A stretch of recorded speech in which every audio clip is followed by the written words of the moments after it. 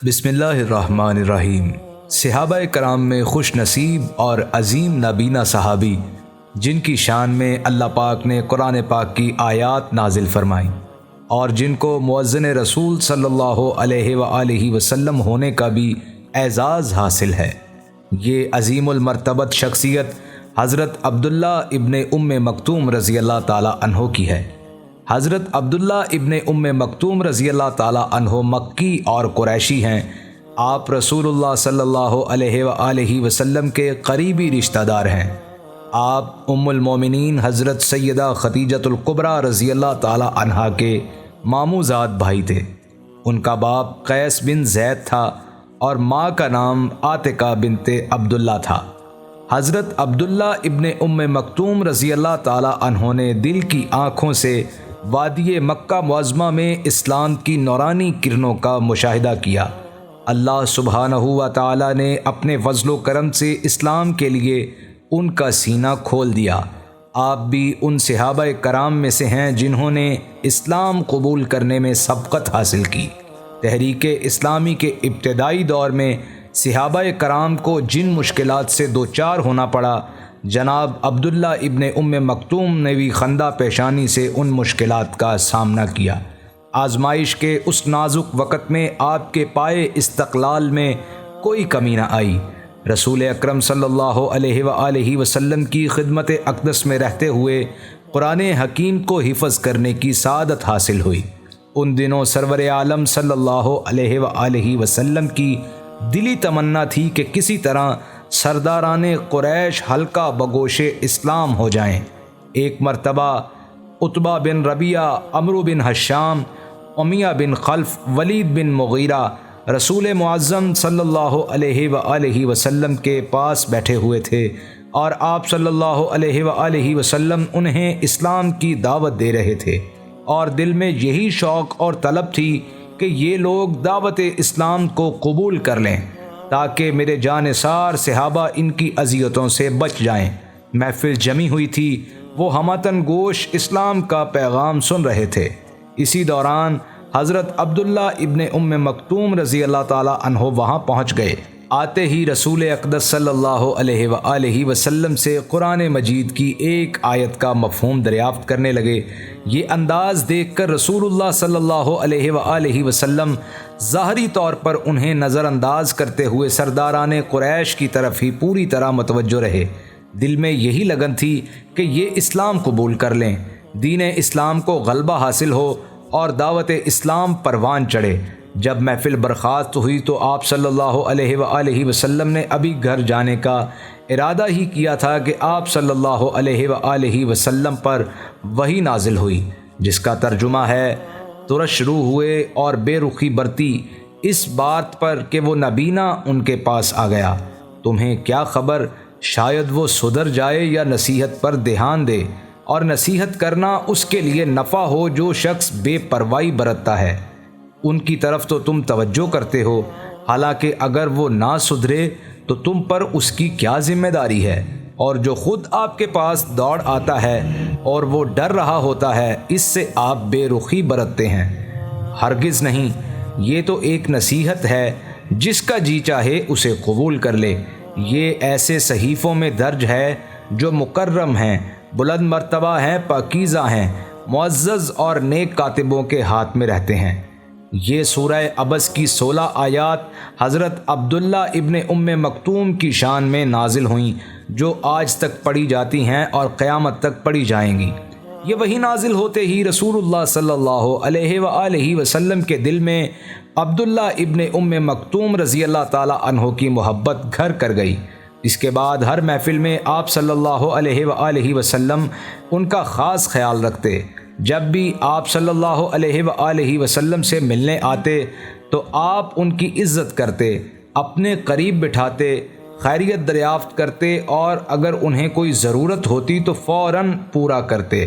جب قریش نے اہل ایمان کو شدید اذیتیں دینا شروع کر دیں تو اللہ تعالیٰ نے رسول اکرم صلی اللہ علیہ وآلہ وسلم کو ہجرت کی اجازت دے دی۔ پہلے مرحلے میں جن صحابہ کرام نے ہجرت کی ان میں حضرت عبداللہ ابن ام مکتوم بھی تھے۔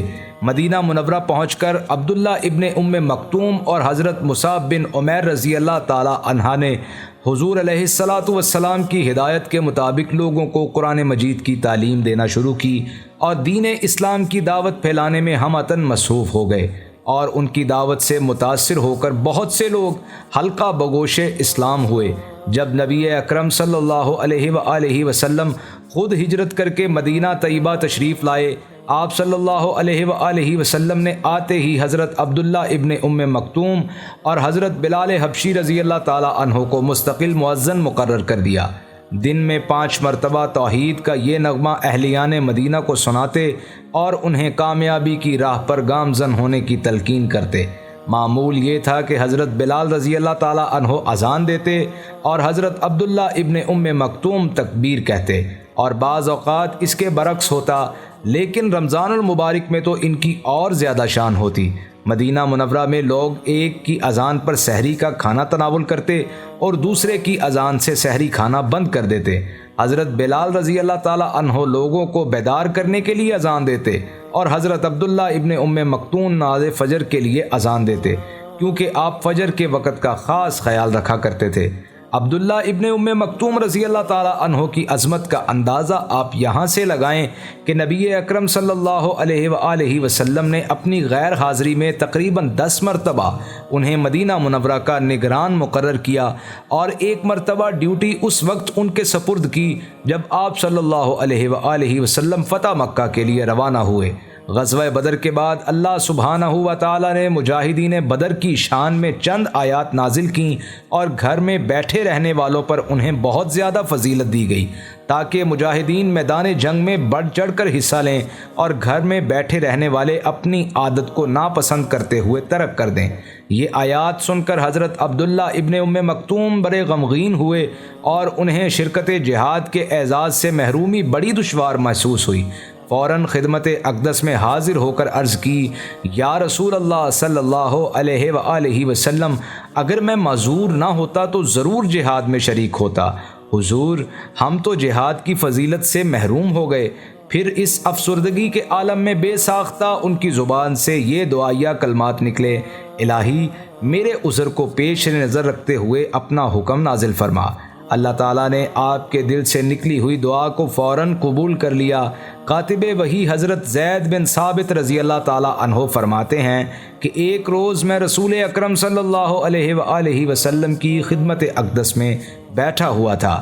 آپ صلی اللہ علیہ وآلہ وسلم پر غنودگی کی کیفیت طاری ہوئی، اور اسی اثناء میں آپ صلی اللہ علیہ وآلہ وسلم پر وحی نازل ہوئی۔ تھوڑے سے عرصہ میں غنودگی کی یہ کیفیت جاتی رہی۔ آپ صلی اللہ علیہ وآلہ وسلم نے مجھے ارشاد فرمایا، زید لکھو، اور یہ آیت لکھوائی، مومنوں میں سے بیٹھے رہنے والے اور اللہ کی راہ میں جہاد کرنے والے برابر نہیں ہوتے۔ حضرت عبداللہ بن ام مکتوم رضی اللہ تعالی عنہ نے عرض کی، حضور، جو لوگ معذور ہیں ان کے لیے کیا حکم ہے؟ ابھی گفتگو ہو رہی تھی کہ آپ صلی اللہ علیہ وآلہ وسلم پر پھر غنودگی طاری ہو گئی۔ تھوڑی دیر کے بعد یہ کیفیت جاتی رہی تو آپ صلی اللہ علیہ وآلہ وسلم نے فرمایا، زید، پہلے جو لکھا ہے اسے پڑھو۔ انہوں نے پڑھا۔ آپ صلی اللہ علیہ وآلہ وسلم نے فرمایا، اس کے آگے لکھ دو، محتاجوں کے علاوہ۔ یہ سن کر حضرت عبداللہ ابن ام مکتوم رضی اللہ تعالی عنہ کا چہرہ خوشی سے تمتما اٹھا۔ وہ حکم نازل ہو گیا جس کی دل میں تمنا لیے ہوئے تھے۔ حالانکہ اللہ سبحانہ و تعالی نے معذور لوگوں کو جہاد سے مستغنی قرار دے دیا تھا، لیکن حضرت عبداللہ ابن ام مکتوم کے دل میں اس خیال نے انگڑائی لی کہ کیا ہوا اگر میں معذور ہوں، کیوں نہ جہاد میں شریک ہو کر اللہ تعالیٰ کا قرب حاصل کروں۔ ہمیشہ بڑے کارنامے ہی سر انجام دیا کرتے۔